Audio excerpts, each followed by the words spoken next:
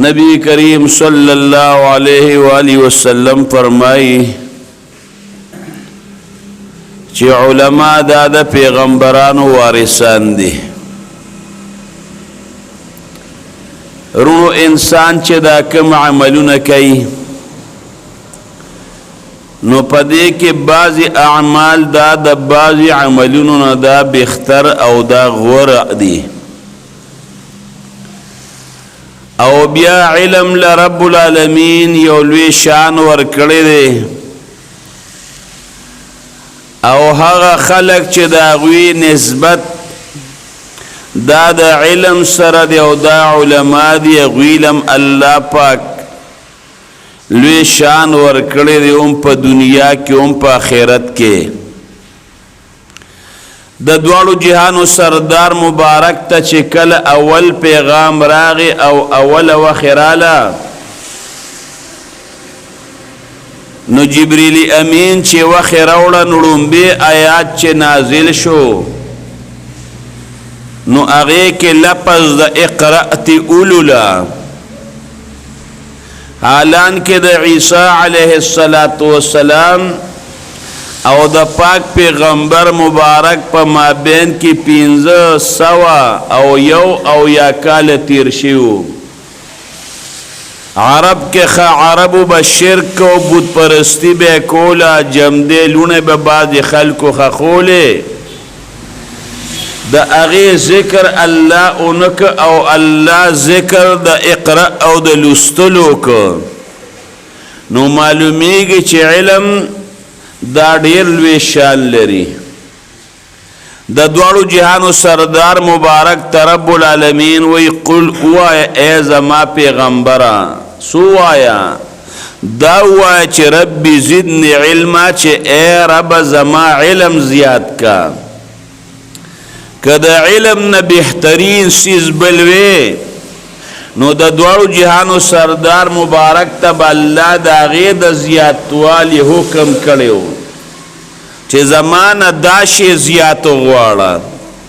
خود الله په نسبت د علم نه بهترین سیز بل نشتا ځکه خپل پیغمبر ته دا غي د زیاتوالی حکم وکړ چې د زما حبیبا زما پیغمبره دا وایا چې زما علم زیات کا نو د الله په نسبت محبوب سیز او د الله په نسبت خوښ سیز رونو دا علم دی. د دوړو جهانو سردار مبارک یو ځل مسجد نبوي تراغه نو یو دو ډلې ناشته وي یو ډله د الله په عبادت کې مشغوله وا او د الله نه دعاګانې او سوالونه کول الله تعالی نه دعاګانې او عبادت کو او بل ډله داسي و چې اغوی علم زدکو او علم خو د رسول الله مبارک نه چې به صحابه او قران زدک احادیث به زدک علم به زدک نو هغه بیا نور مرګرو تخو نو بل ډله د علم پس د کولو په خودلو کې دا مشعوله و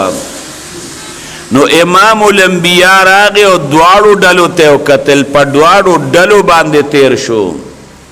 وی فرمایل دا دواړه ډلې د خیر او د فضیلت دي چې دا کومه ډله د الله په عبادت کې مشغوله ده نو دام غوره ده دام بهتره ده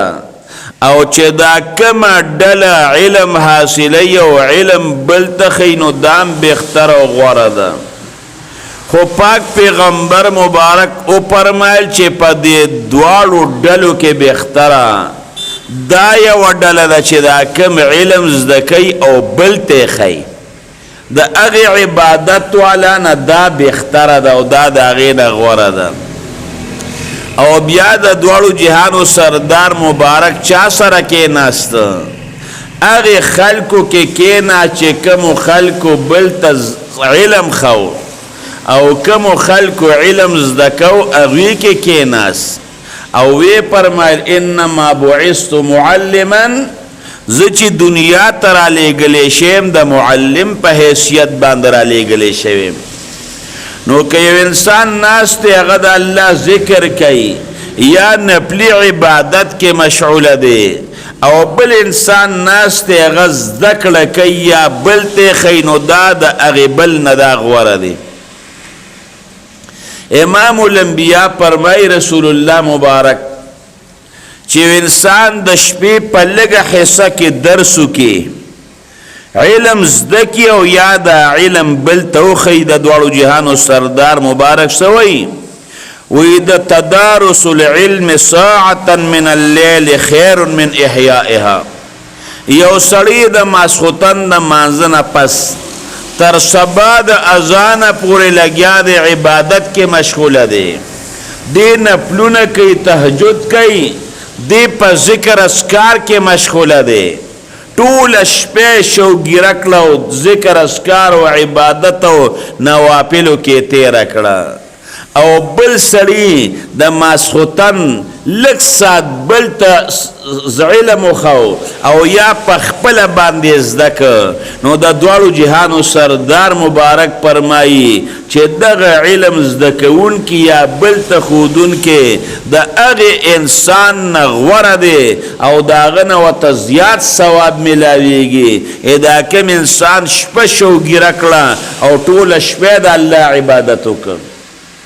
اگر چې دا ټول شپه شوګیره کړه او د الله عبادت وکړه نو دته په جنت کې دومره مرتبه الله ورنکړي د کوم انسان د شپې په لږه حصه تعلیم تعلم کې تیره کړه چې الله به په جنت کې دته کوم مقام ورکوي دته چې الله پاک کوم ثوابونه ورکوي نو هغه ثوابونه هغې عبادت کوونکي ته الله پاک نه ورکوي نو طالب العلم او دغه د عالم دوی له الله پاک یو لوی شان ورکړی دی علم خدا رڼا ده علم د الله پاک صفت دی او الله یې هغې چاله ورکوي چې چا کې تقوا وي چې چا کې نیکي او چا کې دینداري وي رب العالمین هغې انسان له علم ورکوي رسول الله مبارک فرمایي قلیل العلم خیر من کثیر العبادت لږ علم چې انسان زده کی نو پاک پیغمبر مبارک وی د ډیر عبادت نه دا غوره او دا بهتر دی حضرت ابو ذر رضی الله عنه ته د دواړو جهانو سردار مبارک سوی وی اے ابو ذر ته چې د سحر په ټیم کې لاړ شي او د قرآن حکیم یو آیات زده کی یو نو دا د سلو رکاتو نفلو نه زیات غوره او بهتر دی سل رکات نفل کل څومره ګران کار دی نو که یو آیات د قرآن حکیم دی زده که نو دا د سلو رکاتو نفلو نه زیات بهتر دی په دې سلو رکاتو نفلو چې تا ته کم ثواب ملاویږي نو د یو آیات په زده کړې باندې تا ته د هغې نه زیات ثواب ملاویږي په دې سلو رکاتو نفلو باندې چې تا له الله په جنت کې څه درکوي نو دا یو آیات چې د زده که نو په دې باندې تا له الله د هغې نه زیات درکوي او بیا ورته د دواړو جهانو سردار مبارک فرمایي وی که د علم یو باب د زده که نو دا د زرو رکاتونو نه زیات بهتر دی برابر خبره د عمله که په دې باندې عمل شوي او که عمل پې نه شوی دا لازمه نه ده چې ته پې په هغې وخت کې عمل وکړې زر رکات نفل دی وکړل هغه زر رکات نفل الله پاک ستا قبول کړل نو پاغي چې الله پاک تعالی کم ثواب درکړي نو د علم یو باب چې د زده که نو په دې باندې الله د هغې نه زیات ثواب ورکوي په دې باندې چې الله پاک جنت کې کومې خوشحالۍ ورکوي نو په هغې زر رکاتو نفلو باندې دومره نه ورکوي لکه څومره چې په دې باندې ورکوي نو داسې روزي دي چې دا د مدرسو د داخلو روزي دي نو یو بچه دا مدرسې ته وباسه طالب ته جوړ کا دا په مدرسه کې داخل کا چې الله ستا د بچی نه عالم جوړ کې رزق به الله ورکوي علماء لوی شان دی علما د رزق نه دی پاتې شوی رزق به الله ورکوي خو یو بچی رونو مدرسې ته وباسه نن سبا خلک چې یو د چوو بچی دي هغه به ټول سکول کې داخلي کله 40 بچی دي هغه به سکول کې داخلي ولی د سکول پر تعلیم کې منګه خلکو ته پیدا ښکاری دنیوي او په مدرسه کې منګ ته خلکو ته پیدا نه ښکاری د دې وجه نه زمون خلک دا مدرسو ته بچی دا نه لیږي یاره مدرسه کې به سبا څه کوي یو طالبون هغه به ته مدرسې ته سار به ته او ماسپخین براته یو ور سره یو هلک و هغه به سار ته کالج ته ماسپخین براته نو دا دواړه د یوې محلي وو نو دواړه به سار به یو کالج ته روان شو او بل به مدرسې ته روان شو علم به زده کو ګپې شپې به هم یو بل سره په لاره باندې لګولې نو یو ځل دا کالجي دی طالب ته وایي طالب وایي قسم دی عصر وخت ضایع کړ تا څه زده کړل مدرسه کې که ته له 20 کاله تیر کې او د مدرسې نه فارغ شې تا ته په سکول کې استادي نه میلاویږي کالج کې په درته استادي نه میلاویږي نوکری په درته نه میلاویږي په مدرسه کې د څه هنر زده نه که خورې بس او سکې بس زه خو په کالج کې سبق ویم سبا به لیکچرر شم ما کور به جوړ کم بنگله به جوړه کم ما ته چې کوم سهولتونه وي هغه سهولتونه به تا ته ني ته به آخر څه کوې هغه طالب چې سوچ و فکر وکړه چې یاره واقعي دا زه مدرسې ته لاړ شم او په مدرسه کې زه له 7 کاره تیر کم مشقتونه برداشت کم ما ته خو په نه د سکول استادي میلاویږي نه په ما ته لیکچري میلاویږي نه په ما ته هنر میلاویږي زه به سبا خورم سوسکم بس کور به پس جوړوم واده به پس باندې کوم که وادو کم د بچو خرچې به پس پوره کوم یاره دا خو مې 4-5 کاله اسې ضایع کړل راغې کور کې ناسته چې یاره سوچ و فکر کوم نو د هغې نه پس به یو کار شروع کم او زمونږ پښتنو کې دا غم دی چې دوی کار مخکې کې یو سوچ و فکر وروستو کوي نه سوچ مخکې پکار دی او کار وروستو پکار دی طالب سوچونو و فکرونه کول په دې کې 3-4 ورځې پکې تېرې شوې استاد د شاګردان نه تپوس وکړه یاره هغه پلانکې طالب خو ډېر زیات قابل و دا نن 4-5 ورځ د سبق لنه راځي ولې ناجوړه دی څه تاسو لږ معلومات وکړئ یو کس ورپسې لاړ معلومات یې وکړل سبا استاذ ته وایي یاره جي ما خو معلومات وکړل اخو ناجوړه نه دی او اخو جوړ دی وایي دا سبق له ولې نه راځي یاره وایي د هغوی د محلې هغه پلانکې لږ د هغه ملګری و هغه به سار ته کالج ته او دی به سار راته مدرسې ته هغه یې لږ دوکه کړی دی ورته یې وایي طالب جانه وخت دې هسې ضایع که چې ته په مدرسه کې سبق ویې تا ته پې نه نوکري میلاویږي او څه هنر دې زده نه که سبا به څه کوې هغه جس په دې سوچ و فکر کې دی چې څه کاروبار شروع کړم دې سوچ و فکر کې دی استاد یې وی ښه استاد په خپله باندې چې سبق ختم کړ لاړ ور یې ورته وډبه هغه طالب یې رابر کړ ورته یې بچې سبق له ولې نه راځي یاره وایي هغې ملګري راته دا خبره وکړه او د هغه خبرې په ما باندې اثر وکړه دا چې په مدرسه کې زه دا دومره وخت تیر کړم په دې کې خو ما ته نه د سکول استادي میلاویږي او نه لیکچري او اسم نه او څه هنر مې هم زده نه که زه به سبا څه کوم چا چې سکولونه او کالجونه وي هغوی سره به هر څه سهولیات به یې ما سره بني سبا به زه کوم څه څوک به ښځه هم نه راکوي استاد ورته وایي بچې راځه ځان سره روان که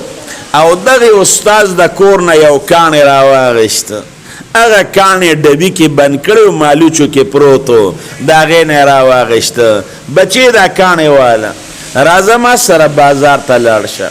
استاد ورسره شو بازار ته لاړه وی بچې هغې سبزی والا له ورشه او د هغه نه ماله یو 2 کیلو ګازر راله راواله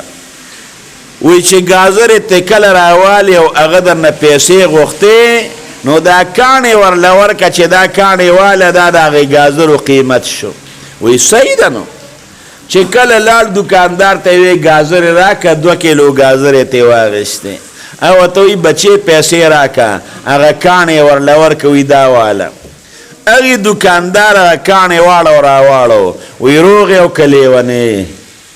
ګازرې څوک په کاڼو باندې خرڅوي چې ماله د کاڼې راکه 2 کیلو ګازرې د ګوتی کې واچولې یا پیسې راکه او یا ګوتی په ځای باندې کېده که پیسې نه په کاڼو زه ګازرې نه ورکوم ده ورته چې نه ورکوې بس صحیح د کاڼې ترې واپس واخېسته او ګوتی کې یې ایښونه هغه کاڼې استاد له راوړ ای بچې شور مه کوې ښه زویه شور مه کوه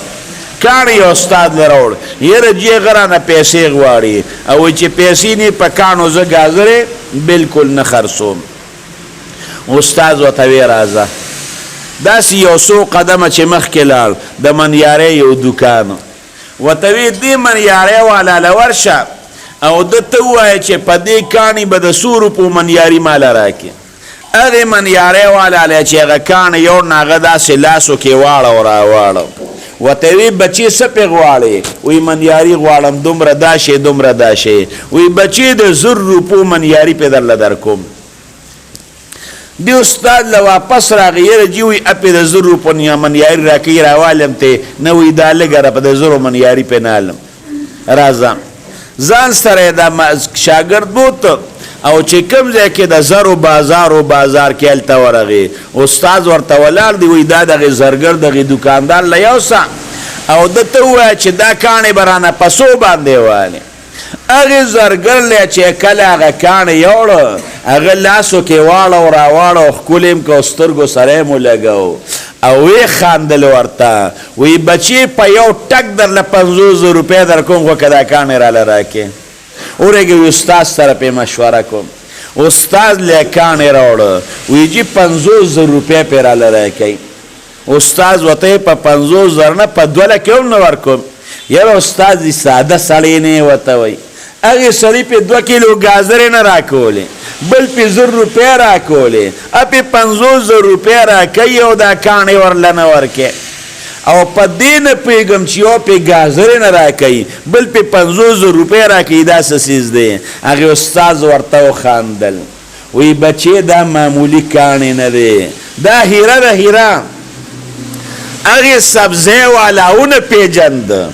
نو چې هغه ونه پېژند نو هغه پې تاله 2 کیلو ګازرې در نه کړې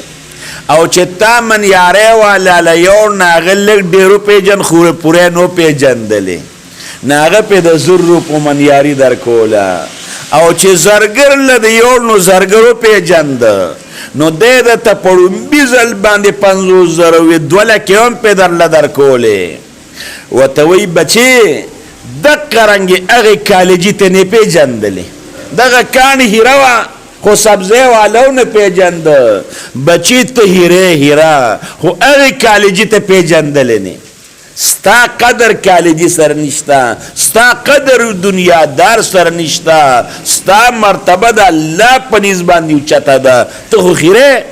راځه ورته وایي مدرسې ته طالب یې ځان سترونو مدرسې ته بوته